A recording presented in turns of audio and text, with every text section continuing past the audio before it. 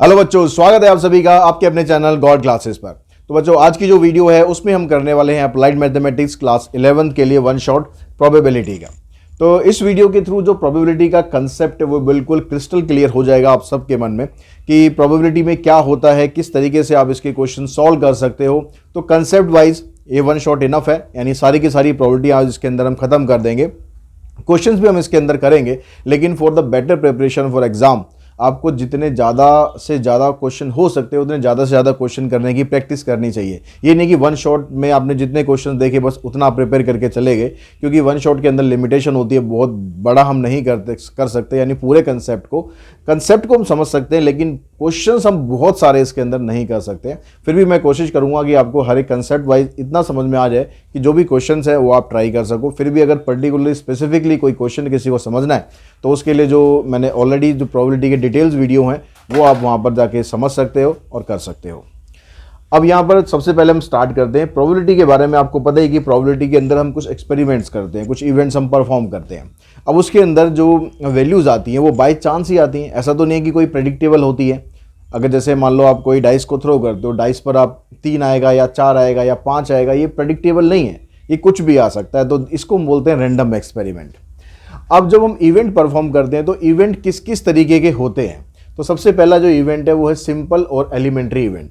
Simple event का मतलब हो गया कि जब आप कोई इवेंट परफॉर्म कर रहे हो उसमें जितने भी आउटकम आते हैं उसमें से अगर आप एक सिंगल आउटकम लेते हो, फॉर एग्जाम्पल अगर आपने कॉइन को 2 बार टॉस किया तो उसके अंदर 4 आउटकम आएंगे, head head, head tail, tail head और टेल टेल। उसमें से अगर हम किसी एक आउटकम को ले लें, मान लो आपने हेड हेड को ले लिया, तो that is called the simple event, जिसमें सिर्फ और सिर्फ एक आउटकम आए। अगर एक से ज़्यादा आउटकम आता है तो उसको कंपोजिट या फिर कंपाउंड आउटकम बोल देते हैं, कंपाउंड इवेंट बोल देते हैं। श्योर इवेंट का मतलब होता है कि जिसके अंदर कंफर्म है कि कोई ऐसा इवेंट कि कंफर्म जिसमें होना ही होना है, सर्टेन टू हैपन। मान लो आप डाइस को थ्रो कर रहे हो, डाइस को थ्रो करने पे मैं कहता हूँ कि भाई आपके पास जो नंबर आना चाहिए वो 7 से छोटा आना चाहिए, तो यहाँ पर श्योर इवेंट है। चाहे 1 आ जाए वो भी 7 से छोटा है, 2 आ जाए, 3 आ जाए, 4 आ जाए, 5 आ जाए, 6 आ जाए, सारे 7 से छोटे ही तो हैं, तो इसको हम बोलेंगे श्योर इवेंट। उसके बाद नेक्स्ट है हमारे पास इम्पॉसिबल इवेंट। अब इम्पॉसिबल जैसे कि इसके नाम से दिखाई दे रहा है कि भाई पॉसिबल ही नहीं है, किसी भी सिचुएशन में पॉसिबल नहीं है। अगर हमने डाइस को थ्रो करा और डाइस को थ्रो करने पर मैं कहूँ कि आपको 7 से बड़ा नंबर चाहिए, 7 चाहिए एक ही बार थ्रो करने पर, ये नहीं कि सर 6 आएगा तो दोबारा टर्न आ जाएगी हमारी, नहीं, एक ही बार थ्रो करने पर आपको 7 आ जाए। अब डाइस में 7 होता ही नहीं है, अब डाइस में 7 होता ही नहीं है तो आएगा कहाँ से, तो इसलिए हम उसको बोलेंगे impossible event. Equally likely event या म्यूचुअली सिमेट्रिकल इवेंट या फिर इक्वी प्रोबेबल इवेंट। अब जैसा इसका भी जो नाम है इक्वली लाइकली इवेंट, अब इक्वली लाइकली इवेंट का मतलब होता है कि किसी भी सिचुएशन में उन इवेंट्स के आने की पॉसिबिलिटी बराबर रहे। जैसे अगर हम डाइस को थ्रो करते हैं तो डाइस पर 1 आएगा उसकी प्रोबेबिलिटी भी 1/6 है, 2 आएगा उसकी प्रोबेबिलिटी 1/6 है, 3 आएगा उसकी प्रोबेबिलिटी 1/6 है, तो 4 निकालोगे, 5 निकालोगे, 6 निकालोगे, सभी की प्रोबेबिलिटी 1/6 है। अंडर एनी सर्कमस्टांसिस, यानी आप उसको फ्लोर पे खेल रहे हो, आप बेड पे खेल रहे हो, आप आंधी में खेल रहे हो, आप तूफान में खेल रहे हो, कोई स्किल्ड प्लेयर खेल रहा है, कोई नॉन स्किल्ड प्लेयर खेल रहा है, कुछ भी कोई भी खेल रहा हो, भाई चांसेस तो सभी के बराबर रहेंगे ना। ऐसा तो नहीं होगा कि भाई कोई अगर प्लेयर खेल रहा है तो उसके वो जब डाइस थ्रो करता है तो 1 आने के चांसेस ज़्यादा रहते हैं उसके, या 2 आने के चांसेस ज़्यादा रहते हैं, ऐसा तो कुछ नहीं होता। ऐसे जब आप कॉइन को टॉस करते हो तो कॉइन को टॉस करने पर हेड आएगा, टेल आएगा, हर एक के सर्कमस्टांसिस के अंदर ऐसा ही होगा, ठीक है। हर एक केस ऐसा नहीं बनता जैसे वो मूवी में शोले में आता है कि भाई कॉइन को टॉस करता है, एक बार सिक्का जो है बिल्कुल खड़ा हो जाता है, तो ऐसा तो नॉर्मल लाइफ में पॉसिबल नहीं है, वो फिल्मों में पॉसिबल है। तो ये जो इवेंट होते हैं इसको हम बोलते हैं इक्वली लाइकली इवेंट, यानी किसी भी सर्कमस्टांसेस में उसकी जो प्रोबेबिलिटी है उनकी इक्वलिटी पे कोई फर्क ना पड़े। उसके बाद फिर कहता है कॉम्प्लीमेंट ऑफ इवेंट। अब कॉम्प्लीमेंट ऑफ इवेंट क्या होता है, इसके लिए हमारे पास एक सैंपल स्पेस चाहिए होता है। जैसे आपने कोई किसी भी कॉइन को या किसी भी आपने डाइस का एग्जांपल हम ले लेते हैं कि आपने जब डाइस को थ्रो किया तो डाइस को थ्रो करने पर जो आपके पास सैंपल स्पेस बना,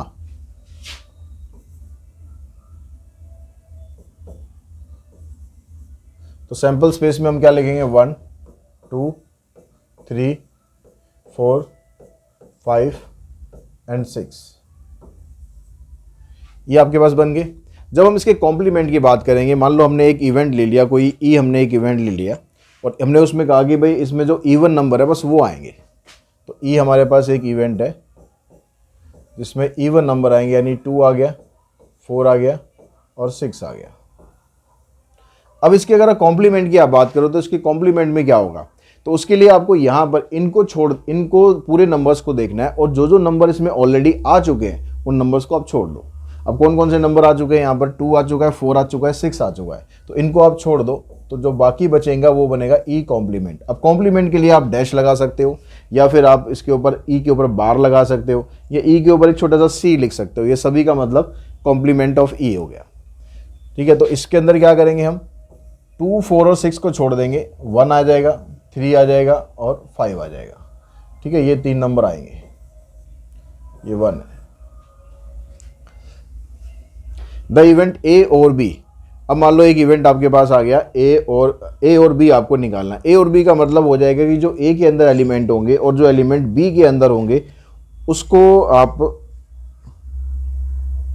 ए और बी के अंदर जो एलिमेंट होंगे उन सबको आप इकट्ठा कर दो।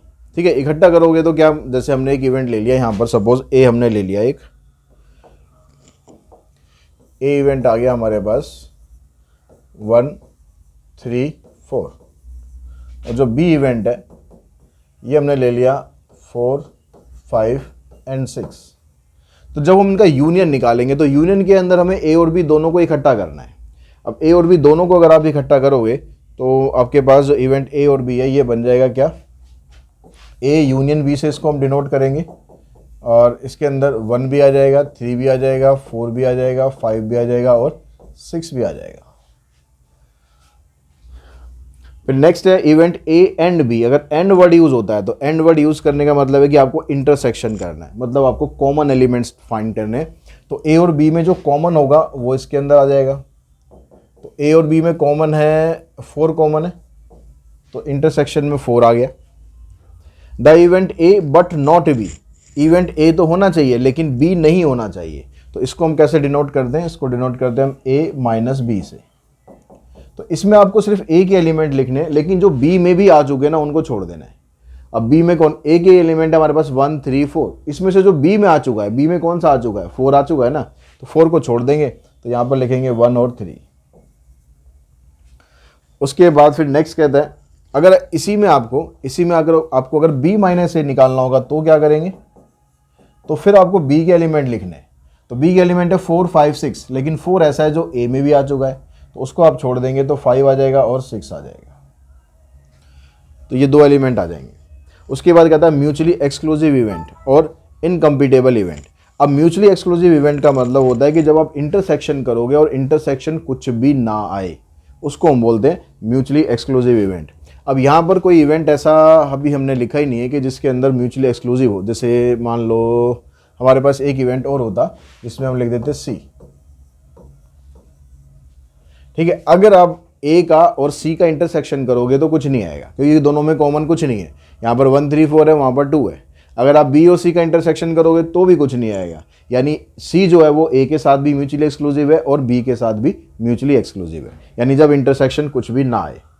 एग्जॉस्टिव इवेंट, एग्जॉस्टिव में कहता है union of all the event is sample space. अगर आप यूनियन करो, जितने भी इवेंट आपको दिए हुए उनका अगर आप यूनियन करो और यूनियन करने पर पूरा का पूरा सैंपल स्पेस बन जाए तो उसको बोलते हैं एग्जॉस्टिव इवेंट। तो यहाँ पर देखो आप ए बी सी, अगर आप इन तीनों का यूनियन करोगे तो इसमें 1 भी आ जाएगा, 2 भी आ जाएगा, 3 भी आ जाएगा, 4, 5, 6 सब आ जाएंगे, यानी ए बी सी को अगर आप बोलोगे तो ये एग्जॉस्टिव इवेंट बनेंगे इस केस में। Mutually exclusive event and exhaustive event, मतलब म्यूचुअली एक्सक्लूसिव भी हो और एग्जॉस्टिव भी हो। तो यहाँ पर अगर आप इनको देखोगे तो ये म्यूचुअली एक्सक्लूसिव सारे तो नहीं है, क्योंकि इसमें यहाँ पर ये 4 कॉमन आ रहा है, तो म्यूचुअली एक्सक्लूसिव में ये नहीं है। मान लो मैं यहाँ पर, अगर मैं इस केस को समझाने के लिए आपको मैं कह दूँ कि भाई यहाँ से मैं 4 हटा रहा हूँ, तो अब देखो यहाँ पर कुछ भी कॉमन तीनों में नहीं है। यहाँ 1, 3 है, यहाँ 4, 5, 6 है, यहाँ पर 2 है। अब आप ये कह सकते हो कि ए बी सी जो है वो म्यूचुअली एक्सक्लूसिव भी हैं, यानी कॉमन कुछ नहीं है, और एग्जॉस्टिव भी हैं कि अगर आप इनका यूनियन कर रहे हो तो सारे के सारे एलिमेंट, हमारे जो सैंपल स्पेस में जितने भी एलिमेंट हैं वो सारे के सारे इसमें आ रहे हैं। तो इस तरीके से आप समझ सकते हो कि म्यूचुअली एक्सक्लूसिव और एग्जॉस्टिव इवेंट क्या होगा। अगर दोनों की कंडीशन उसमें अप्लाई होती है तो ही आप कह सकते हो कि म्यूचुअली एक्सक्लूसिव भी है और एग्जॉस्टिव भी है। अगर अलग अलग पूछ रहा है तो अलग अलग आप देख के बताओ, अगर दोनों को इकट्ठा पूछ रहा है तो फिर इकट्ठे में आपको देखना पड़ेगा कि उसका इंटरसेक्शन करने पर कुछ भी ना आए और इसका यूनियन करने पर पूरा का पूरा आपका सैंपल स्पेस बन जाए, तो उसको हम बोलेंगे म्यूचुअली एक्सक्लूसिव इवेंट और एग्जॉस्टिव इवेंट। उसके बाद चलते हैं हम नेक्स्ट। अब नेक्स्ट में कहता है कि क्वेश्चन आ गया हमारे पास एक। अब इस क्वेश्चन में इसने हमें बोला, कहता है कि कॉइन इज टॉस 3 टाइम्स। एक कॉइन को आपने 3 टाइम्स टॉस किया। अगर कॉइन को हम 3 टाइम टॉस करेंगे तो एक सैंपल स्पेस बनेगा। तो वो सैंपल स्पेस बना लो क्या बनता है। तो हमने कॉइन को टॉस किया तो हमारे पास आया हेड हेड हेड। जब आप 3 बार टॉस करते हो तो कैसे बनाना है, आप पहले 3 हेड वाले ले लो। 3 हेड वाले लिख लिए। अब 3 हेड वाला और तो कोई केस बनेगा नहीं, यही बनेगा हेड हेड हेड ही। अब 2 हेड वाले ले लेते हैं। तो 2 हेड वालों में आप क्या करो, पहले लिखो आप 2 हेड, फिर लिखो आप टेल। अब क्या करो, ये टेल जो है ना, इस टेल को सैर करा दो। अभी टेल लास्ट में, अगली बार टेल को बीच में ले आओ। Head tail head. अगली बार टेल को पहले ले आओ। Tail head head. अब और तो कहीं जा नहीं सकता, तो मतलब इसकी 3 पॉसिबिलिटीज थी, तीनों हमने लिख दी। अब आ जाओ 1 हेड और 2 टेल पर। 1 हेड और 2 टेल पर। अब हेड कह रहा है भाई टेल को तो आपने सैर करा दिया, मुझे भी थोड़ी सी करा दो। तो अब हेड की भी इच्छा पूरी कर दो। अब हेड को ट्रेवल कराओ। हेड अभी सबसे आगे, अब हेड को बीच में ले आओ। उसके बाद लास्ट में, अब उसके बाद लास्ट में हेड को ले जाओ। तो टेल टेल हेड। तो 3 केस इसके पॉसिबल थे, वो बना दिए। अब क्या रह गया, जिसमें एक भी हेड ना आए। एक भी हेड ना आए मतलब तीनों के तीनों टेल आ जाए। तो आपने ये तीनों के तीनों टेल बना दी। तो अब टोटल आपके पास ये 8 आउटकम बनेंगे। एक कॉइन को जब आप 3 बार टॉस करोगे तो हमेशा 8 आउटकम बनेंगे, क्योंकि एक बार में 2 आउटकम हो गए, अगली बार में फिर 2 हो गए, अगली बार में फिर 2 हो गए। तो इनको मल्टीप्लाई करते हैं, प्लस नहीं कर देना, मल्टीप्लाई करते हैं, क्योंकि जब तक इवेंट आपका चलता रहता है तो मल्टीप्लिकेशन होता है। परमुटेशन एंड कम्बिनेशन में हमने सीखी थी ये बात। अब जो ए इवेंट है उसमें कहता है, ए इवेंट कह रहा है कि नो हेड अपीयर्स। कोई भी हेड नहीं आना चाहिए। कोई भी हेड नहीं आना चाहिए मतलब पहले जो 7 केसेस है उनमें तो हेड आ ही रहा है, तो हमारे पास सिर्फ लास्ट वाला केस बचा। ये ए हो गया। अब बी देखो, बी में कहता है एग्जैक्टली 1 हेड अपीयर्स। कम से कम एग्जैक्टली 1 हेड मतलब एक हेड आना चाहिए। तो एक हेड वाले हमारे पास ये केस है, एक ये और एक ये लिख दो आप।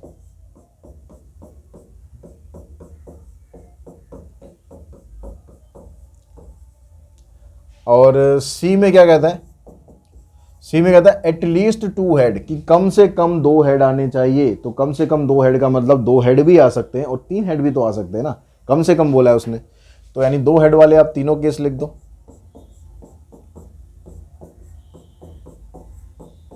और इसके अलावा जिसमें 3 हेड थे वो वाले केस भी लिख दो। तो ये आपके पास ए बी सी 3 इवेंट बन गए। अब कहता है आगे कि do they form A set of mutually exclusive. क्या ये म्यूचुअली एक्सक्लूसिव बन रहे हैं? तो देखो कॉमन इसमें है कुछ, यहाँ पर टी है, यहाँ पर 1 हेड वाले हैं, यहाँ पर 1 हेड वाला कोई नहीं है, 2 हेड वाले और 3 हेड वाले, मतलब तीनों में कुछ भी कॉमन नहीं है। तो हम लिख देंगे yes they are mutually exclusive, they are mutually exclusive. फिर आगे कहता है कि एंड एग्जॉस्टिव। क्या एग्जॉस्टिव भी है? तो अब देखो कि जब हम इनका यूनियन करेंगे तो ये सारे के सारे इवेंट हमारे आएंगे या नहीं आएंगे। तो देखो ये जो टेल टेल टेल है वो तो ये वाला इवेंट हो गया, ठीक है। इसमें 1 हेड वाले थे, 1 हेड वाले ये 3 हो गए, ये भी आ गए। इसमें देखो 2 हेड वाले थे, ये तीनों आ गए 2 हेड वाले। और जो 1 हेड वाला था वो भी यहाँ, और 3 हेड वाला था वो भी यहाँ पर है। मतलब जब हम इनका यूनियन करेंगे तो ये सारे के सारे आउटकम हमारे आ जाएंगे। तो हम लिख देंगे yes they are mutually exclusive, और सॉरी दे आर एग्जॉस्टिव। यानी ये म्यूचुअली एक्सक्लूसिव भी है और एग्जॉस्टिव भी है। अगर मैं इस ए की बात करूं तो ये जो ए इवेंट है ये सिंपल इवेंट भी है, क्योंकि इसके अंदर सिर्फ एक ही आउटकम आ रहा है। टेल इसमें आ रहा 3 बार, लेकिन आउटकम तो वो एक ही है ना, क्योंकि हम 3 बार टॉस कर रहे हैं। ये दोनों कंपाउंड इवेंट है, क्योंकि इसमें एक से ज़्यादा इवेंट आ रहे हैं। तो इस तरीके से जो भी इवेंट आपको दिए होंगे वो निकालने के लिए बस सैंपल स्पेस बना लो। उसके बाद आप समझ जाओगे कि क्या क्या आपसे पूछा गया है, उसके हिसाब से आप वैल्यूज़ लिखते जाओ। उसके बाद हम नेक्स्ट पे चलते हैं। नेक्स्ट जो क्वेश्चन है हमारे पास, नेक्स्ट जो हमारे पास अब कंसेप्ट है उसकी बात करते हैं।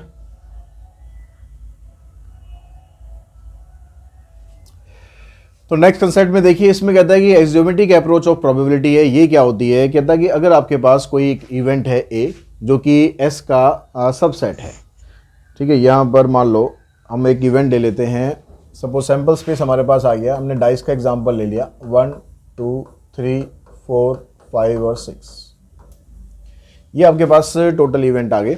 अब हमने मान लो कोई एक इवेंट ले लिया ए, हमने एक इवेंट ले लिया इवन नंबर्स के लिए। ए हमने एक इवेंट लिया, यहाँ पर आ गया 2 4 और 6। तो ये कहता है कि अगर आप इसकी प्रोबेबिलिटी निकालते हो, ए की अगर प्रोबेबिलिटी निकालते हो तो ये हमेशा 0 से 1 के बीच में आएगी, जो प्रोबेबिलिटी का बेसिक रूल है, ठीक है। यहाँ पर जो भी आप प्रोबेबिलिटी इसकी निकालोगे वो 0 से 1 के बीच में रहेगी। और दूसरा कहता है कि आप प्रोबेबिलिटी ऑफ सैम्पल स्पेस अगर निकालोगे तो हमेशा 1 के बराबर रहेगी, क्योंकि जब सैम्पल स्पेस की प्रोबेबिलिटी निकालने का मतलब है कि 6 के 6 इवेंट आ गए, और जो प्रोबेबिलिटी आ जाएगी 6/6, तो 6/6 1 के बराबर हो जाएगा।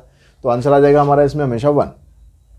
For any sequence of mutually exclusive event A1 A2 A3, और अगर आप सबकी यूनियन करने के बाद फिर आप उसकी प्रोबेबिलिटी निकालो तो PA1 plus PA2 plus PA3, मतलब सबकी अलग अलग प्रोबेबिलिटी निकाल के अगर आप ऐड करोगे तो उसके बराबर ही आएगा। जैसे मान लो ये इवेंट है हमारे पास PA, हमने यहाँ से अगर इसकी प्रोबेबिलिटी निकालते हैं तो ये प्रोबेबिलिटी बनेगी इसकी 3/6 यानी 1/2। और मान लो मैं इवेंट जो यहाँ पर इसको अलग अलग कर देता हूँ, इवेंट 2 अलग कर देता हूँ, 4 अलग कर देता हूँ, 6 अलग कर देता हूँ, तो जो 2 की प्रोबेबिलिटी है ये आएगी हमारे पास 1/6, और जो 4 की प्रोबेबिलिटी है ये आएगी हमारे पास 1/6, और 6 की जो प्रोबेबिलिटी है ये भी आएगी 1/6। अगर आप इन तीनों को ऐड करोगे तो 1/6 1/6 1/6 यानी 3/6 हो जाएगा, तो ये इसके बराबर ही आएगा। और ये जो इवेंट है तीनों के तीनों म्यूचुअली एक्सक्लूसिव है, मतलब इनमें कॉमन कुछ भी नहीं है। तो इस थर्ड पॉइंट का मतलब ये है। तो अब यहाँ से हमारे पास क्या इंपॉर्टेंट चीज़ें निकल के आई, एक तो हमारे पास ये आ गया कि जो प्रोबेबिलिटी 0 से 1 के बीच में होती है, बोथ इंक्लूसिव का मतलब 0 भी हो सकती है और 1 भी हो सकती है। ए की जो प्रोबेबिलिटी है 0 से लेकर 1 तक, जो हमने ये बात करी थी। अब ये कहता है कि जो प्रोबेबिलिटी ऑफ ए है ये 0 तब होगी जब इवेंट इम्पॉसिबल होगा। ऑलरेडी हम पीछे भी डिस्कस कर चुके हैं कि जो इम्पॉसिबल इवेंट होता है उसकी प्रोबेबिलिटी 1 के बराबर होती है, और अगर श्योर इवेंट होता है तो उसकी प्रोबेबिलिटी हमेशा इम्पॉसिबल इवेंट की प्रोबेबिलिटी हमेशा 0 के बराबर होती है, और श्योर इवेंट की प्रोबेबिलिटी हमेशा 1 के बराबर होती है। Non occurrence of event A is denoted by this. अगर इवेंट नहीं हो रहा तो उसकी प्रोबेबिलिटी निकालने के लिए आप ए डैश या फिर ए कॉम्प्लीमेंट या फिर आप ए बार भी लगा सकते हो, ऐसे ए बार भी लगा सकते हो। और इसका फार्मूला क्या बनेगा, पी ए प्लस में P not A is equals to 1, यानी किसी भी इवेंट के होने की प्रोबेबिलिटी और उसके ना होने की जो प्रोबेबिलिटी होती है उनका टोटल करोगे हमेशा तो वो 1 के बराबर आएगा। The ratio of an number of favourable event to the number of unfavourable event is known as the odds in favour of the event A and its inverse ratio is known as the odd against the event ए।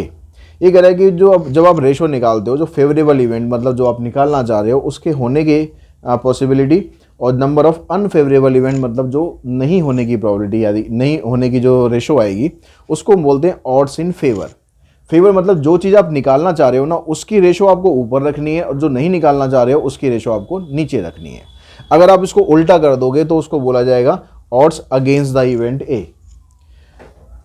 अगर हम इसको ratio में निकालें तो इस तरीके से हम लिख सकते हैं, ऑड्स इन फेवर अगर आप लिखते हो तो एम ए, और यहाँ पर रेशो में आ जाएगा m माइनस एम ए। जैसे मान लो कि मैं कहता हूँ कि जब हम डाइस को थ्रो करते हैं तो ऑड्स इन फेवर मेरे को चाहिए 1 के लिए। अब 1 आने के चांसेस वहाँ पर कितने हैं, 1 आने के चांसेस है वहाँ पर 1, एक ही बार आ सकता है। और 1 नहीं आने के जो चांसेस हैं वो हो जाएंगे 5। तो वो 5 कैसे लिखेंगे हम, 6 माइनस 1, इस तरह के फार्मूले के हिसाब से हम चलेंगे तो 1/5। तो ये आ जाएगा ऑड्स इन फेवर। अगर मैं इसको उल्टा कर दूं तो ये बन जाएगा ऑड्स इन अगेंस्ट, 5 ऊपर कर दूं और 1 नीचे कर दूं। तो इस तरह से जब आपसे रेशो पूछी जाएगी तो आपको प्रोबेबिलिटी नहीं निकालनी है, वहाँ पर सिर्फ रेशो लिखनी है। जो इवेंट होगा उसकी पॉसिबिलिटी जितनी भी होगी वो आपको ऊपर लिखनी है, यानी जितने भी उसके इवेंट बनेंगे, और जो नहीं होगा उसको नीचे लिखना है।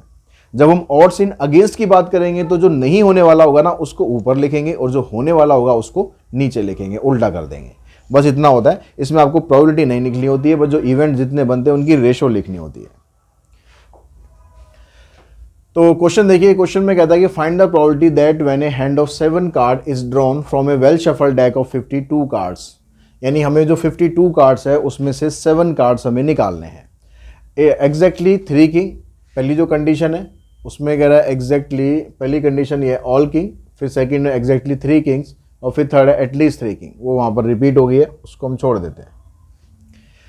ठीक है, तो अब आपको प्रोबेबिलिटी फाइंड करनी है। जब भी हम प्रोबेबिलिटी करते हैं तो अगर आप कोई एक चीज़ निकाल रहे हो, मतलब आप एक कार्ड निकाल रहे होते तो सीधा सीधा आप जो भी कार्ड आपको निकालना है वो ऊपर लिखेंगे। आपने मान लो ये कहता है कि भाई 1 एस कार्ड निकाल रहे हैं, तो एस कार्ड कितने होते हैं 4, तो आप निकल देंगे 4/52 प्रोबेबिलिटी उसकी आ जाएगी। लेकिन जब हम एक से ज़्यादा चीज़ निकालते हैं, जैसे यहाँ पर ये कह रहा है कि 7 कार्ड निकाल रहे हो, तो आपको इसमें यूज़ करना होता है कॉम्बिनेशन।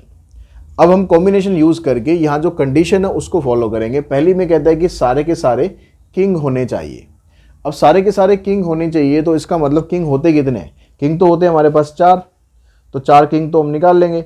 लेकिन जो बाकी के जो कार्ड हैं वो कौन से होंगे? फिर वो नॉन किंग हो जाएंगे, क्योंकि 4 से ज़्यादा तो आप निकाल नहीं सकते ना। तो सारे के सारे किंग हमें उसमें से ले लेने हैं। मतलब हमारे पास प्रोबेबिलिटी क्या बनेगी? 4 किंग हमारे पास हैं, चारों के 4 किंग आपको चाहिए। इनटू में, इनटू क्यों कर रहे हैं? क्योंकि जब अभी हमारा इवेंट कंप्लीट नहीं हुआ है। अब जो बाकी के जो 48 कार्ड रह गए, उन 48 कार्ड्स में से आपको कोई से भी 3 कार्ड निकाल लेने, तो हमारी जो कंडीशन है वो फिलफिल हो जाएगी कि भाई सारे के सारे किंग होने चाहिए।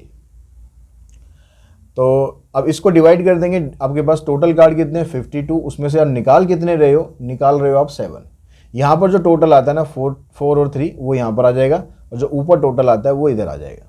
अब इसको आपको सिंप्लीफाई करना है। अब इसको सिंप्लीफाई करने का जो कॉम्बिनेशन का जो तरीका है, वैसे तो प्रॉपर जो फार्मूला होता है कॉम्बिनेशन का, और उसके हिसाब से क्या होना चाहिए, जैसे मान लो 48C3 है, 48C3 कॉम्बिनेशन की जो परमुटेशन कॉम्बिनेशन वाली वीडियो अगर आपने देखी होगी तो आपको पता होगा कि मैं आपको क्या बताने जा रहा हूँ। नहीं देखी हो तो उसको देख लेना। 48C3 है, यहाँ पर 3 लिखा है ना, तो आप यहाँ लिखो सिर्फ 48, 47 और 46, और नीचे 3 फैक्टोरियल लिख दो। इसको सिंप्लीफाई करेंगे तो ये जो कॉम्बिनेशन का फार्मूला प्रॉपर लगाते हो ये उसके बराबर ही वैल्यू आएगी। ये शॉर्ट तरीका मैंने आपको बताया था, और आप यूज़ भी कर सकते हो, ऐसा नहीं कि आप यूज़ नहीं कर सकते हो। अब यहाँ 4C4 है। 4C4 का मतलब जब ये दोनों चीज़ें बराबर होती हैं तो ये हमेशा 1 के बराबर ही आएगा। और ये जैसे मैंने बताया कि आप ऐसे लिखो 48, 47, 46 डिवाइडेड बाय 3 फैक्टोरियल। यहाँ पर ये 7 है तो आप इसको लिखो ऐसे 52, 51, 50, 49, 48, 47 हो गए। 1 2 3 4 5 6 46, और नीचे हम लिखेंगे 7 फैक्टोरियल। अब यहाँ से जो जो चीज़ें कट जाएं उनको काट दो। जैसे यहाँ पर देखो 48, 47, 46 ये तीनों वैल्यूज़ कट जाएंगे इससे। ये 7 फैक्टोरियल चला जाएगा ऊपर, और ये 3 फैक्टोरियल के साथ में ये वाली टर्म्स आ जाएंगी 52, 51, 50 और 49। अब इसको आपको सिंप्लीफाई करना है। 7 फैक्टोरियल को लिख लो 7 × 6 × 5 × 4 × 3 factorial divided by 3 factorial into 52, 51, 50 and 49। अब यहाँ से जो कैंसिल हो सकती है उनको कैंसिल करो। 6 13 चौक 52, 5 से कट जाएगा 10 पर, 2 से कट जाएगा ये, और 3 से कट जाएगा ये। तो ऊपर तो आ गया आपके पास 1, नीचे आ जाएगा 13, 17 और 35। इन तीनों को अगर हम मल्टीप्लाई करते हैं तो मल्टीप्लाई करके हमारे पास आंसर बनता है 7735। एक बार चेक और कर लेते हैं। मल्टीप्लाई हमें करना है किस किस को? 13, 17 और 35, तो 7735 ये हमारा इसका आंसर बन जाएगा फर्स्ट पार्ट का। अब सेकंड पार्ट में कह रहा है आपसे कि एग्जैक्टली 3 किंग्स, कि आपको 3 किंग ठीक चाहिए, 3 से ज़्यादा नहीं चाहिए, 3 किंग चाहिए। जैसे यहाँ पर 4 थे, अब यहाँ पर 3 किंग चाहिए। तो इसमें क्या कंडीशन बनेगी? इसमें आ जाएगा 4C3 और 48C4 डिवाइडेड बाय 52C7। इसको आप सिंप्लीफाई कर देंगे, इसका भी आंसर आपका बन जाएगा इसको आप चेक करके देखना, आंसर इसका आना चाहिए आपका 9/1547। अब जो थर्ड पार्ट है, थर्ड पार्ट में कह रहा है कि एटलीस्ट 3 किंग। तो एटलीस्ट 3 किंग का मतलब क्या होगा कि कम से कम 3 किंग होने चाहिए। तो कम से कम 3 होने चाहिए, 3 से ज़्यादा भी हो सकते हैं, 3 से ज़्यादा 4 हो गए, 3 से ज़्यादा 4 से ज़्यादा नहीं हो सकते क्योंकि किंग ही 4 होते हैं उसके अंदर। मतलब जो ये वाली हमारे पास वैल्यू आई थी और ये वाली वैल्यू आई थी, इन दोनों वैल्यूज़ को जो पार्ट 1 में हमारे पास आया था और पार्ट 2 में हमारे पास आया था, इन दोनों को आपको ऐड कर देना है। क्योंकि इसके अंदर 4 किंग वाले केस हो गए, इसके अंदर 3 किंग वाले केस हो गए, उससे नीचे आपको जाना नहीं है कि कम से कम 3 किंग तो होने ही चाहिए ना। तो इसलिए आपको ये भी यूज़ करना है। तो जो पहला पार्ट है हमारे पास, उसकी वैल्यू क्या थी 1/7735 प्लस इसकी आ जाएगी 9/1547। अब इसको अगर हम एलसीएम लेके देखें तो क्या हमारे पास एलसीएम आ सकता है इसका 7735 और 1547 का। हम एलसीएम लें तो 7735 हमारे पास एलसीएम इसका बनेगा क्योंकि इससे ये कंप्लीटली डिवाइड होगा। यहाँ पर तो आ जाएगा 1। अब यहाँ पर ये कितने पे डिवाइड हो रहा है, यहाँ पर देखो, अगर मैं 7735 को डिवाइड करके देखूँ 1547 से, 1547 से, तो ये 5 पे डिवाइड हो रहा है। तो यानी यहाँ पर आ जाएगा आपके पास 5 को 9 से मल्टीप्लाई करना पड़ेगा, तो 5 9 जा 45, तो आ जाएगा 46/7735। ये हमारा आंसर आ जाएगा। देखिए जो नेक्स्ट क्वेश्चन है इसमें कहता है कि in a relay race there are 5 teams A B C D E। 5 team है हमारे पास A B C D E। What is the probability that A B C finish first, second and third respectively, and what is the probability that A B C are first 3 to finish in any order. तो जो probability में जो question हमें दे रखे हैं, ये दोनों part दे रखे हैं, उन दोनों में डिफरेंस क्या है। तो पहला पार्ट है उसमें तो कह रहा है कि जो A फर्स्ट प्लेस पर आएगा, बी सेकंड प्लेस पर आएगा, सी थर्ड प्लेस पर आएगा, इसकी प्रोबेबिलिटी आपको बतानी है। वहाँ पर उसने ऑर्डर फिक्स करके हमें बता दिया। लेकिन जो सेकंड पार्ट है उसमें कह रहा है कि फर्स्ट सेकंड थर्ड की जो पोजीशन है उसमें से आएंगे तो ए बी सी ही, लेकिन कौन कहाँ पर आएगा ये हमें अभी नहीं पता, तो हमें उसकी प्रोबेबिलिटी हम निकालनी है। तो अब पहले आप यहाँ पर निकाल लो कि जो पहले जो 3 प्लेस है ना उस पर कोई भी विनर होने की प्रोबेबिलिटी कितनी बनेगी, क्योंकि जो टोटल पार्टिसिपेंट्स है वो तो 5 है, आ तो कोई भी सकता है। हमें तो प्रोबेबिलिटी इनकी बतानी है ए बी सी के हिसाब से, लेकिन पहले उसके लिए टोटल प्रोबेबिलिटी देखो कि टोटल हमारे पास क्या बनेगा। तो टोटल पॉसिबिलिटी है, आप इसको लिख सकते हो कि आपके पास टोटल 5 प्लेसेस हैं, लेकिन 5 में से आप सिर्फ 3 प्लेस के लिए बात कर रहे हो, अभी सिर्फ फर्स्ट सेकंड थर्ड के लिए बात कर रहे हो। आप ऐसे लिख लो, या फिर आप सिंपली इसको ऐसे करो कि भाई जो पहला प्लेस है उस पर ए बी सी डी ई पांचों में से कोई भी आ सकता है।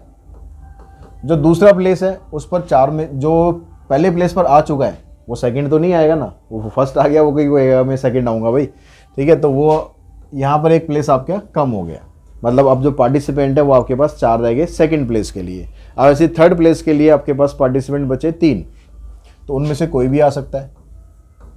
तो 5 4 जा 20, 23 जा 60। अगर आप इसको भी सॉल्व करोगे वो ये इसके बराबर ही आएगा। यानी टोटल हमारे पास 60 वेज हो सकते हैं कि ए बी सी डी ई में से कोई भी फर्स्ट आ जाए या सेकंड आ जाए या थर्ड आ जाए। अब हमें जो प्रोबेबिलिटी फाइंड करनी है उसमें कह रहा है कि number of ways if A comes first, B second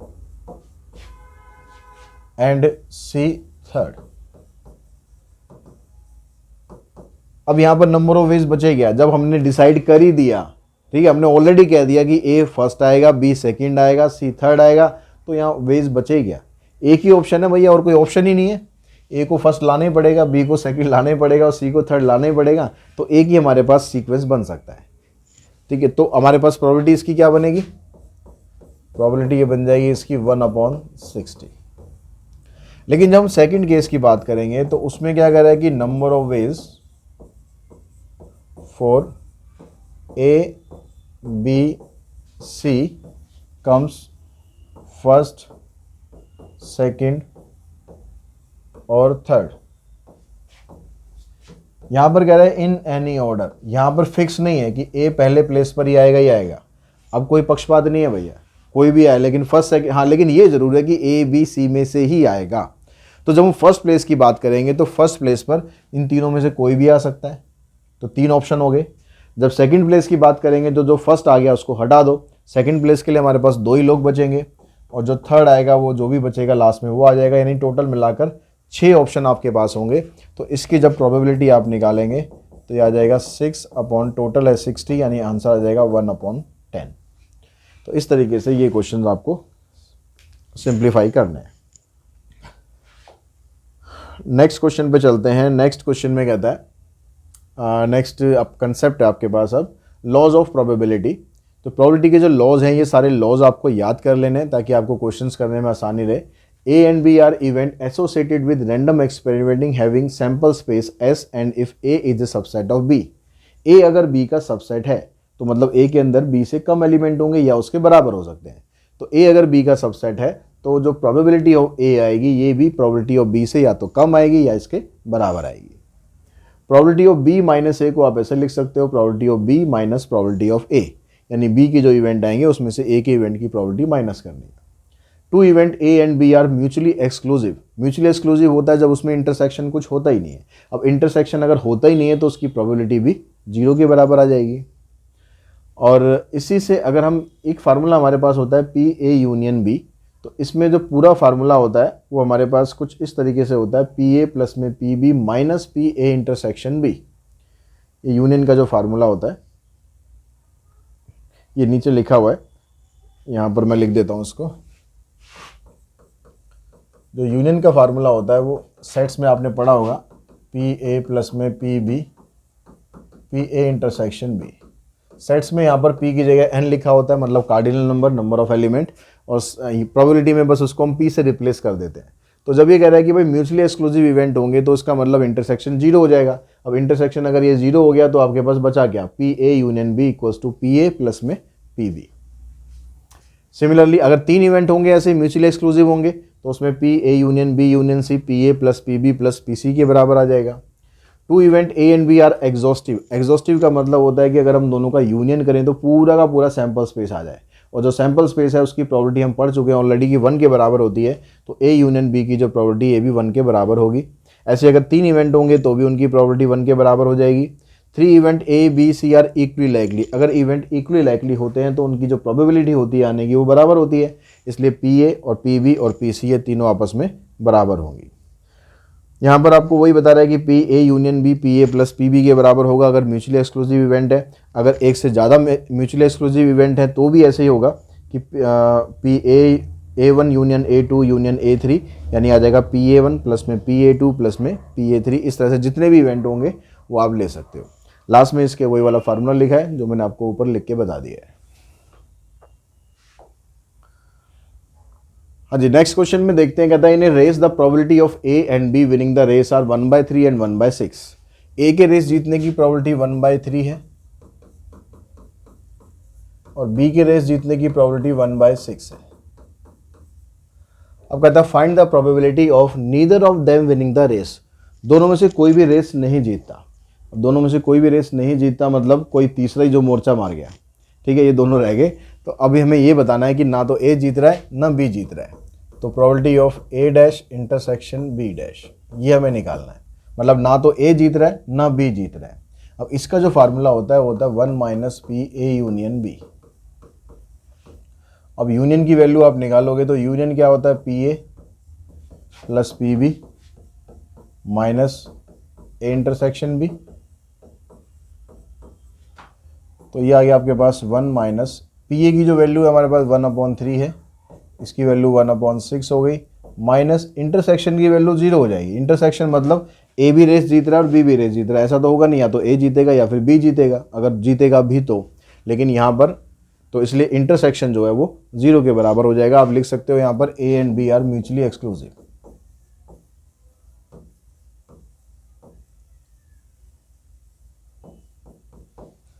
तो अब इसको सिंप्लीफाई करो, 1 माइनस इसका एलसीएम लेंगे 6 आ जाएगा, 3 2 6 6 1 6, 1 माइनस 3/6 यानी 1/2 आएगा। सॉल्व करोगे तो आंसर भी 1/2 के बराबर आ जाएगा, यानी दोनों में से कोई भी रेस नहीं जीत रहा है, इसकी प्रोबेबिलिटी बनी 1/2।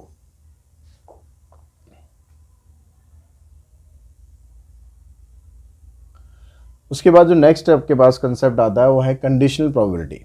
कंडीशनल प्रोबेबिलिटी जैसे इसका नाम है कि आपको एक कंडीशन दी जाएगी, उस कंडीशन के हिसाब से आपको प्रोबेबिलिटी फाइंड करनी है। यानी ऑलरेडी हमारे पास कुछ ना कुछ इवेंट दिया होगा, उसके बाद फिर आपको जो दूसरा इवेंट हो रहा है ना उसकी प्रोबेबिलिटी आपको बतानी है। तो इसको हम लिखते हैं इस तरीके से, probability of B by A. B by A मतलब probability of B if A is given, ये मतलब होता है इसका। तो इसका फार्मूला बनता है probability of A intersection B divided by probability of A. अगर आप ए बाय बी निकालोगे तो बी यहाँ पर नीचे आएगा, ऊपर इंटरसेक्शन रहेगा। ऊपर इंटरसेक्शन में चाहे आप ए इंटरसेक्शन बी लिख लो या बी इंटरसेक्शन ए लिख लो, उससे तो कुछ फर्क पड़ेगा नहीं। अब इसकी कुछ प्रॉपर्टीज होती हैं। अगर आप ए बाय एस निकालते हो, एस मतलब सैम्पल स्पेस, तो इसकी वैल्यू पी ए के बराबर ही होगी। अगर आप ए बाय ए निकालोगे तो इसकी वैल्यू 1 के बराबर होगी। अगर एस बाय ए निकालोगे तो इसकी वैल्यू 1 के बराबर होगी। और ए बाय बी की जो प्रोबेबिलिटी आप निकालोगे वो 0 से 1 के बीच में रहती है, जो प्रोबेबिलिटी का सबसे बेसिक रूल है कि 0 से कम नहीं होना चाहिए, 1 से बड़ा नहीं होना चाहिए। Probability of A union B by F करोगे तो बिल्कुल सेम जो ये वाला फार्मूला है उसी की तरह आपको चलना है। तो यूनियन का जो फार्मूला होता है, यूनियन के फार्मूले में क्या होता है, P A plus P B minus intersection. तो अब आपको ये कंडीशनल प्रोबेबिलिटी दे रखी, तो ये आपको साथ में लगा देनी है। A condition by F, B condition by F और इंटरसेक्शन कंडीशन बाय एफ, मतलब एफ इज ऑलरेडी गिवन। ऐसे अगर आप P A union B F निकालते हो तो उसमें अगर इंटरसेक्शन 0 के बराबर आ जाए, वो तब आएगा जब ए और बी डिसजॉइंट सेट होंगे, मतलब म्यूचुअली एक्सक्लूसिव इवेंट होंगे। तब उस केस में ये 0 के बराबर हो जाएगा। तो आप ये लिख सकते हो सिर्फ इन दोनों के सम के बराबर। P A dash by B ये किसके बराबर होगा, 1 minus P A by B के। ए डैश क्या है इसमें, नॉन इवेंट ऑफ ए, यानी ए के ना होने की जो प्रोबेबिलिटी है अगर वो आपको निकालनी है if B is already given.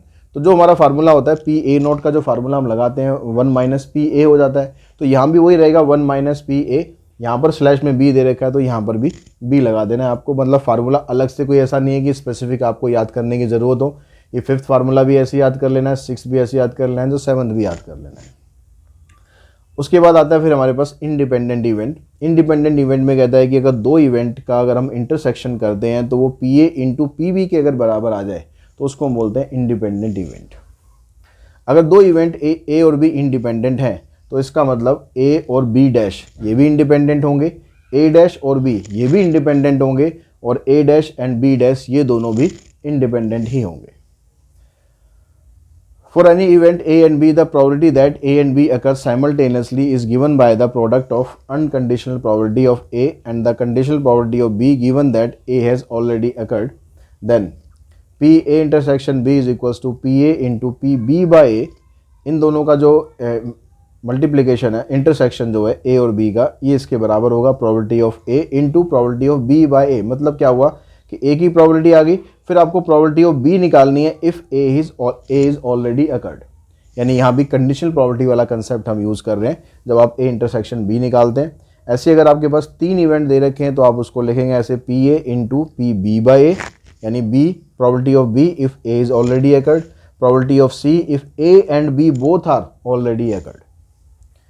In the event of independence of the event, अगर इंडिपेंडेंट होते हैं तो उस केस में जो हमने अभी ऑलरेडी डिस्कस किया कि 2 इवेंट होंगे तो P A into P B हो जाएगा, 3 इवेंट होगा तो P A into P B into में पी सी हो जाएगा। तो इन कंसेप्ट को अगर हम यूज़ करेंगे तो इनसे जब हम क्वेश्चन करते हैं तो यहाँ पर कहता है कि जैसे in a group of 100 sports car buyers 40 bought alarm system, 30 purchase bucket seats and 20 purchase on the alarm system and bucket seats both. तो आपके पास 100 स्पोर्ट्स कार के जो हैं वो बायर हैं, उसमें से 40 प्रेफर करते हैं जिसमें अलार्म सिस्टम हो, यानी probability of buyer for alarm system, इसको मैं ए ले लेता हूँ, ये हो जाएगा 40 आउट ऑफ 100। और 30 ऐसे हैं जो कि बकेट सीट को प्रेफरेंस देते हैं, तो प्रोबेबिलिटी ऑफ बी 30 अपॉन 100। और 20 लोग ऐसे हैं जो परचेज करते हैं जिसमें अलार्म सिस्टम भी हो और बकेट सीट भी हो। तो ये बन गया इन दोनों का इंटरसेक्शन, क्योंकि इसमें दोनों चीज़ें चाह रहे हैं वो। इस तरह के लोग हैं 20, तो प्रोबेबिलिटी आ जाएगी 20 upon 100। If a car buyer choose an at random, अगर हमें किसी कार बायर को चूज करना है, bought an alarm system, what is the probability that he also bought bucket seats. तो हमें प्रोबेबिलिटी निकालनी किसकी, हमें प्रोबेबिलिटी निकालनी है, हमें जो बायर चूज करना है ना, bot an alarm system. Alarm system को हमने डिनोट किया था ए से, यानी प्रोबेबिलिटी हमें ए की निकालनी है sorry, what is the probability that he also bought bucket seats. तो उसने जो बकेट सीट है इसकी प्रोबेबिलिटी, बकेट सीट वाली जो उसने कार थी वो परचेज करी है, इसकी प्रोबेबिलिटी आपको फाइंड करनी है। तो आपको जिसकी अब प्रोबेबिलिटी पूछी गई ना उसको ऊपर रखना है। अब प्रोबेबिलिटी आपसे पूछेगी इसकी, what is the probability that he also by bought bucket seat, यानी probability of B by A आपको निकालना है। तो ऊपर आप इंटरसेक्शन रखेंगे, नीचे आप प्रोबेबिलिटी ऑफ ए रखेंगे। इंटरसेक्शन 20/100 है और ए 40/100 है, तो ये कैंसिल करोगे, आंसर बन जाएगा इसका 1/2। इस क्वेश्चन में कहता है in a school there are 1000 student out of which 430 are girls. एक स्कूल है जिसके अंदर 1000 बच्चे हैं, उसमें से 430 गर्ल्स हैं। It is known that out of 430 10% of the girls studies in class 12th। अब ये हमें पता है कि जो 430 गर्ल्स हैं उसमें से 10% ऐसी हैं जो क्लास 12th में पढ़ती हैं। What is the probability that a student chosen randomly studies in class 12th। अब हमें ये प्रोबेबिलिटी फाइंड करनी है कि जो स्टूडेंट हमने चूज़ किया वो क्लास 12th में पढ़ रहा है, given that the chosen student is a girl, और जो स्टूडेंट हमने चूज़ करी है वो गर्ल्स में से चूज़ करी है। तो अब यहाँ पर आपके पास जो इवेंट है, पहले हम गर्ल्स का इवेंट ले लेते हैं कि जो गर्ल्स हैं वो कितनी है। गर्ल्स यहाँ पर है 430, जो कि टोटल आपके पास है 1000। तो प्रोबेबिलिटी ऑफ, मैं अगर गर्ल्स को डिनोट कर लूँ जी से, या आप सिंपली आप ए और बी से भी डिनोट कर सकते हो कि chosen student is a girl, तो ये कितनी आ जाएगा 430/1000। ठीक है, ये गर्ल्स के चूज़ करने की प्रोबेबिलिटी आ गई। अब इसमें से 430 में से 10% ऐसी हैं जो कि क्लास 12th में पढ़ रही हैं, तो इसका 10% निकालोगे, 10% ऑफ 430, तो ये कितना बन जाएगा 43 बन जाएगा।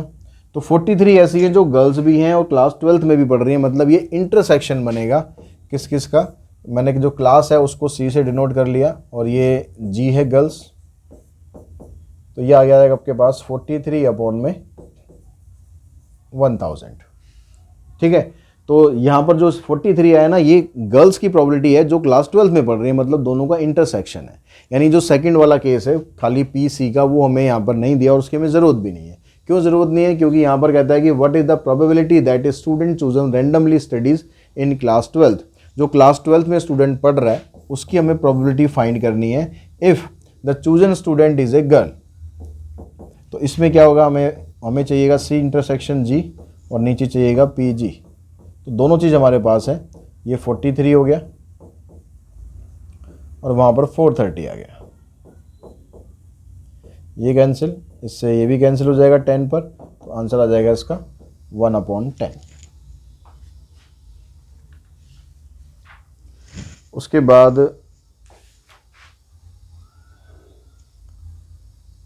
बाद जो नेक्स्ट आपके पास क्वेश्चन है, इसमें कहता है कि A can hit a target 4 times in 5 shots. A जो है 5 में से 4 बार टारगेट को हिट करता है। तो probability of A hitting the target is 4/5, probability of B hitting the target 3/4 and probability of C hitting the target 2/3। They fire a volley. What is the probability that at least 2 shots hit? कि कम से कम 2 shot hit होंगे, इसकी probability आपको बतानी है। अब कम से कम 2 shot hit होने का मतलब है कि कम से कम 2 भी हो सकते हैं या फिर 3 भी हो सकते हैं। तो आपको इसमें से क्या क्या निकालना पड़ेगा कि आपने कहा कि भाई ए ने हिट कर दिया, बी ने हिट कर दिया, लेकिन सी ने हिट नहीं किया, ऐसा केस हो सकता है। या फिर हो सकता है कि ए ने हिट कर दिया, बी ने हिट नहीं किया और सी ने हिट कर दिया। या फिर ये हो सकता है कि ए ने हिट नहीं किया, बी ने और सी ने कर दिया। तो ये वो वाले केस हो गए जिसमें कम से कम 2 बार हिट हो रहा है, लेकिन उसने कम से कम बोला, यानी तीनों बार भी तो हिट हो सकता है ना। तो तीनों बार हिट होने का मतलब है कि प्रोबेबिलिटी ऑफ ए, बी और सी। अब यहाँ पर वैल्यूज इनकी पुट करो। अगर पी ए आपके पास 4/5 है तो पी ए नॉट 1/5 बनेगा, क्योंकि ए और ए नॉट दोनों का जो सम होगा वो 1 के बराबर होता है। ऐसे बी अगर 3/4 है तो पी बी नॉट 1/4 हो जाएगा and probability of C not 1/3 हो जाएगा। तो ये वैल्यूज़ आपके पास हैं, हम सारी इनको बस पुट करना है आपको। तो पी ए की जगह आप पुट करो 4/5, पी बी की जगह 3/4 और नॉट सी की जगह 1/3। पी ए की जगह 4/5, बी नॉट की जगह 1/4 और पी सी की जगह 2/3। पी ए नॉट की जगह 1/5, यहाँ 3/4 एंड 2/3। और लास्ट वाले केस में तीनों की प्रोबेबिलिटी पुट कर दो 4/5, 3/4 और 2/3। इसको सॉल्व करो। 4 3 ज़ा 12, अभी काटा पीटी कुछ मत करो। 4 3 ज़ा 12, 5 4 ज़ा 20, 23 ज़ा 60, यहाँ 4 2 ज़ा 8। उससे क्या होगा, आपका डिनोमिनेटर सेम ही रहेगा 6/60। 4 3 ज़ा 12, 12 2 ज़ा 24। अब डिनोमिनेटर अगर सेम रहेगा तो ऊपर वालों को ऐड करना आसान रहेगा।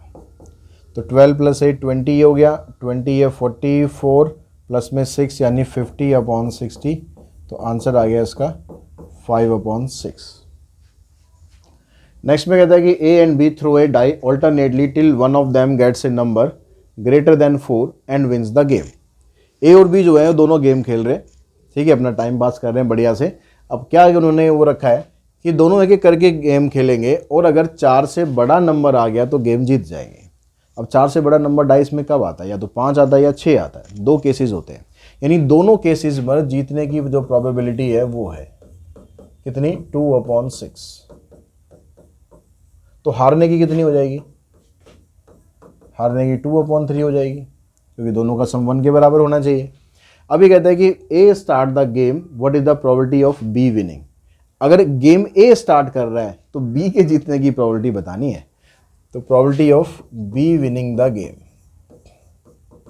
पहला चांस तो ए को मिल गया लेकिन गेम जीत रहा है बी, इसकी प्रोबेबिलिटी आपको बतानी है। अब यहाँ पर क्या हो सकता है, यहाँ पर ये हो सकता है कि जब ए ने गेम स्टार्ट करी तो ए अगर पहली बार में जीत गया तो गेम ही खत्म हो जाएगा। हमें ए को नहीं जिताना, हमें बी को जिताना है। तो ए ने गेम स्टार्ट करी और ए जो है वो हार गया, ऐसे लिख देता हूँ मैं शॉर्ट में, ए हार गया, ठीक है। अब जब बी की बारी आई तो बी जीत गया। चाहे कोई भी जीते कोई भी हारे, जो प्रोबेबिलिटी है ना जीतने हारने की वो तो सेम ही है, तो अलग अलग आपको मेंशन करने की ज़रूरत नहीं है। ए हार गया, बी जीत गया, या तो ऐसे हो सकता है, लेकिन ज़रूरी तो नहीं है ना कि किस्मत बहुत ही अच्छी हो और पहली बार में जीत जाए। हो सकता है कि दूसरी बार में जीते। अब दूसरी बार में वो जीतेगा तो क्या बनेगा कि ए हार गया पहले और बी की टर्न आई तो बी भी हार गया, फिर दोबारा ए की टर्न आई, फिर ए हार गया, फिर जाके बी जीता। लेकिन ऐसा भी तो हो सकता है कि पहली बार में ए हार गया, फिर बी हार गया, फिर दोबारा ए हार गया, फिर बी हार गया, फिर ए हार गया, फिर बी का टर्न आया और बी जीत गया। यानी यहाँ पर बी पहली बार में जीत गया, यहाँ पर बी दूसरी बार में जीता है, यहाँ बी तीसरी बार में जीता है। लेकिन भैया ज़रूरी थोड़ी ना है कि यहाँ जीतेगा जीतेगा, ऐसे तो आगे बहुत सारे केस होंगे, क्या पता पूरा दिन लग जाए और वो जीते भी ना। तो हमें प्रोबेबिलिटी बतानी है। तो अब इसके अंदर आप वैल्यूज़ अगर पुट करोगे तो एल यानी हारने की प्रोबेबिलिटी 2/3, जीतने की 1/3। यहाँ पर 3 बार आ रहा है तो आप ऐसे लिख दो 2/3 की पावर 3, हारने की 1/3। यहाँ पर 2/3 की पावर 5। तो इसी तरीके से आगे 2/3 कॉमन निकाल दो और 1/3 कॉमन निकाल दो। तो इधर बचेगा 1, इधर बचेगा 2/3 की पावर, ये 3 है यहाँ पर तो इसकी पावर 2 बचेगी। यहाँ पर 2/3 की पावर 4 बचेगा, इस तरह चलेगा। तो यह जाएगा 2/9, 1 प्लस, अब ये जो इवेंट बन रहा है ना, इसको मैं वैसे लिख लेता हूँ ऐसे, ये जो बन रहा है ये आपके पास एक इनफिनाइट जीपी बन रही है।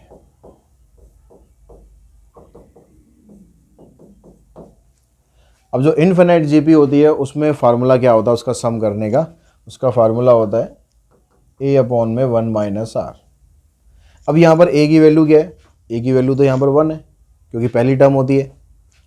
a की वैल्यू 1 है और r की वैल्यू क्या है, r की वैल्यू कैसे निकालते हैं, सेकंड टर्म को फर्स्ट से डिवाइड करते हैं। तो 4/9 को जब आप 1 से डिवाइड करोगे तो 4/9 ही बचेगा। तो ये वैल्यूज इस फार्मूले के अंदर आप पुट कर दो तो इसका सम कितना बनेगा, यहाँ 2/9 तो बाहर है ये, तो a/1 - r, 1 - r। इसको सॉल्व करा हमने, आ जाएगा 9 - 4, 5/9, इससे कैंसिल हो गया, तो बी के गेम जीतने की प्रोबेबिलिटी बन रही है 2/5। अगर आपसे ए के जीतने की प्रोबेबिलिटी पूछ ली जाए तो आप 1 में से इसको माइनस कर देना, तो ए के जीतने की आ जाएगी 3/5।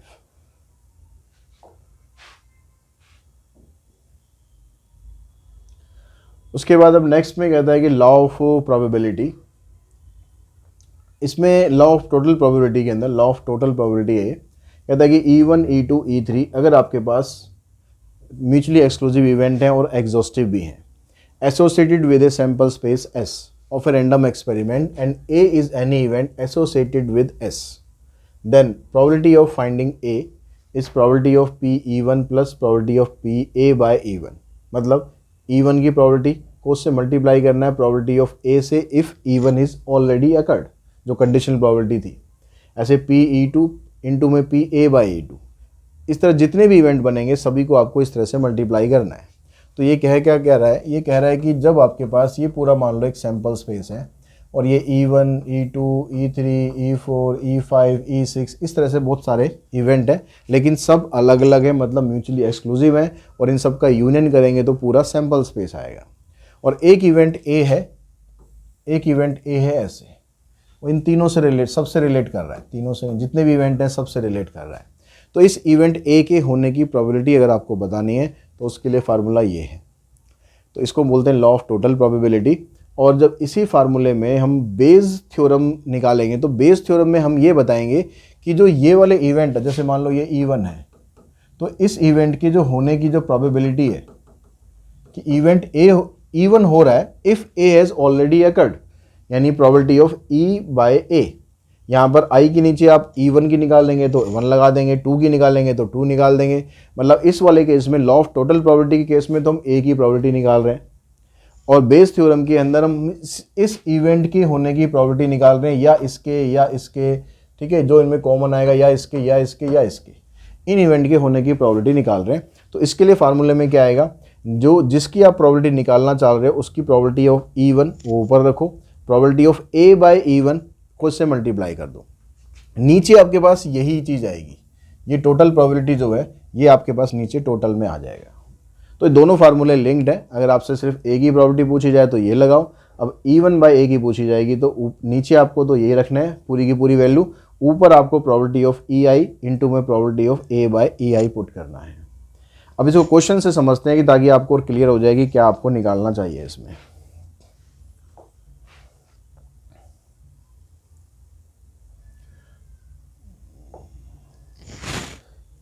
यहाँ पर ये क्वेश्चन आपके पास है कि एक लेबोरेटरी टेस्ट हो रहा है, और उस लेबोरेटरी टेस्ट में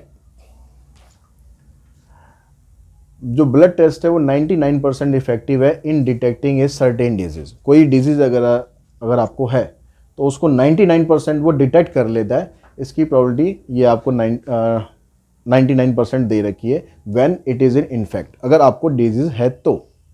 however the test also yields a false positive result for 0.5% of the healthy person tested. लेकिन कभी कभी ऐसा होता है कि जो हेल्दी पर्सन है वो टेस्ट कराने पहुंच जाए तो उसका रिजल्ट भी पॉजिटिव आ जाता है, कभी कभी, बहुत कम चांसेस होते हैं, इसलिए प्रोबेबिलिटी इसने दी है 0.5%। If 0.2% of the population actually has the disease, what is the probability that a person has the disease given that his test result is positive। अगर टोटल पॉपुलेशन में से 0.2% पॉपुलेशन ऐसी है जिसको एक्चुअली में डिजीज है और वो टेस्ट कराने गया, उसका रिजल्ट पॉजिटिव आ गया, इसकी प्रोबेबिलिटी आपको बतानी है। तो यहाँ पर अगर हम फिगर के हिसाब से समझें तो यहाँ पर ये क्या कह रहा है कि पर्सन जिसको डिजीज है, मतलब ये इवेंट मैंने ले लिया, मान लो पर्सन इनको डिजीज है, तो इसको हमने डिनोट कर दिया E1 से। अब जो बाकी जो बचे हैं उनको डिजीज नहीं है, तो ये आपके पास बन गया E2। अब ऐसा तो नहीं होगा ना कि E1 डिजीज है भी और डिजीज नहीं भी, ऐसा तो नहीं, या तो डिजीज होगी या फिर नहीं होगी, यानी म्यूचुअली एक्सक्लूसिव इवेंट हो गए। तो अब इनकी प्रोबेबिलिटी क्या बनेगी, जिसको डिजीज है उसकी प्रोबेबिलिटी है 0.2%, यानी आप इसको लिख सकते हो 0.2/100, या आप लिखो सीधा 2/, यहाँ पर 100 है, इसका डेसिमल आप हटाओगे तो 2/1000। इसको काटा हुआ टो मत अभी बाद में देख लेंगे। अब जो बाकी लोग बच गए जिनको डिजीज नहीं है वो कितने हो गए, प्रोबेबिलिटी ऑफ E2 ये आ जाएगा 1 में से आप इसको माइनस कर दो 998 अपॉन में 1000, क्योंकि इन दोनों का जो सम है वो हमेशा पूरा सैंपल स्पेस होगा और सैंपल स्पेस की जो प्रोबेबिलिटी है वो हमेशा 1 के बराबर होगी। तो ये इवेंट बन गए। अब ये कहता है आगे कि हम गए टेस्ट कराने के लिए हम गए कि रिजल्ट पॉजिटिव आ रहा है या नहीं आ रहा है। तो ये इवेंट बन गया हमारा ए, कि हम रिजल्ट टेस्ट कराने गए कि हमारा रिजल्ट पॉजिटिव आ रहा है या नहीं आ रहा। अब ये आपसे ये नहीं पूछ रहा कि टेस्ट रिजल्ट पॉजिटिव होने की प्रोबेबिलिटी क्या है, ये नहीं पूछ रहा है। ये अगर टेस्ट रिजल्ट पॉजिटिव होने की प्रोबेबिलिटी पूछता तो हम यहाँ पर लॉ ऑफ टोटल प्रोबेबिलिटी लगा देते। हमसे इसके बारे में पूछता, ए के बारे में। ए क्या है यहाँ पर, test result is positive.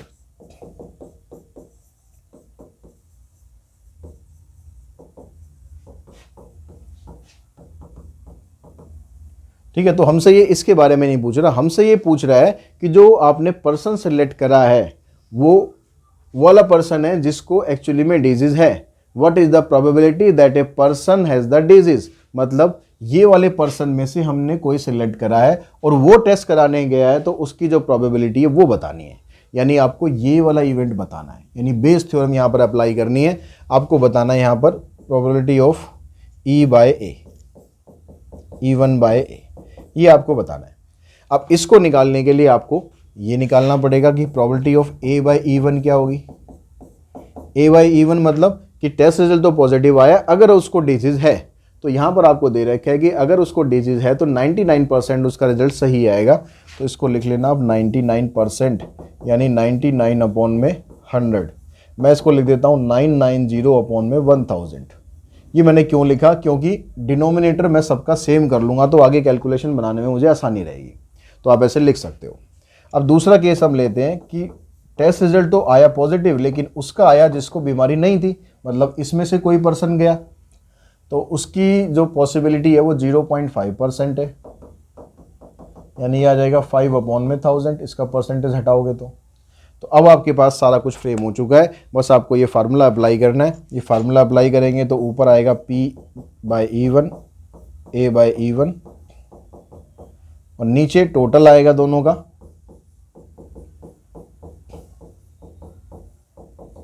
Plus जो दूसरा इवेंट है वो भी आएगा।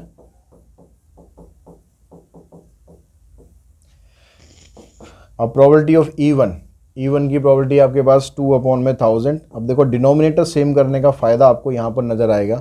यह आ जाएगा 990 अपॉन में 1000 प्लस ऊपर तो कुछ नहीं आएगा, और डिवाइडेड बाय नीचे 2 अपॉन 1000, 990 अपॉन 1000 प्लस E2 की कितनी है 998 अपॉन 1000 इंटू में 5 अपॉन 1000। अब डिनोमिनेटर पूरे का, इसका भी सेम है, इसका भी सेम है, इसका भी सेम है, तो वो सीधा कैंसिल कर दो उठा के। अब यहाँ पर जो ऊपर आपके पास आएगा 0, 2 9 जा 18, ये आ जाएगा, प्लस इन दोनों को मल्टीप्लाई करेंगे, 5 8 जा 40 और 5 9 जा 45 प्लस 5 4 49, फिर 49। अब देखो यहाँ पर टोटल आ गया 1980। नीचे इन दोनों को ऐड करेंगे तो आ जाएगा 9 + 8 17, और 9 9 18 और 19 4 5 6, 0 से 0 कैंसिल कर दो। अब यहाँ पर और मेरे ख्याल ये कैंसिल होगा नहीं, तो आंसर हमारा यही आ जाएगा 198 अपॉन में 697। इस क्वेश्चन में कहता है कि card from A pack of 52 card is lost. एक 52 पैक का हमारे पास कार्ड का पैक है, उसमें से दो कार्ड हमारे खो गए। एक कार्ड हमारा खो गया। From the remaining card of the pack, अब बाकी के जो भी कार्ड बचे उसमें से हमने 2 कार्ड निकालने हैं। And are found to be both club, और वो दोनों के दोनों क्लब के कार्ड होंगे। Find the probability of the lost card being a club. अब हमें ये बताना है कि जो कार्ड खोया था ना हमने, वो क्लब का कार्ड था, तो हमें इसकी प्रोबेबिलिटी फाइंड करनी है। तो यहाँ पर फिगर से समझो कि हमारे पास 2 सिचुएशन है कि हमने कार्ड जो क्लब का खोया है, E1 इवेंट क्या हो गया कि हमने क्लब का कार्ड खो दिया, और E2 इवेंट बन गया कि हमने कार्ड कोई और खो दिया। ठीक है, तो E1 इवेंट क्या हो गया, लॉस्ट कार्ड इज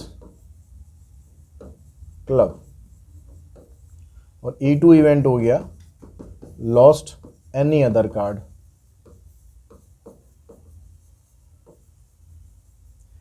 तो प्रोबेबिलिटी ऑफ E1, तो क्लब के कार्ड होते हैं 13 और जो नॉन क्लब कार्ड है ये हो जाएंगे 39।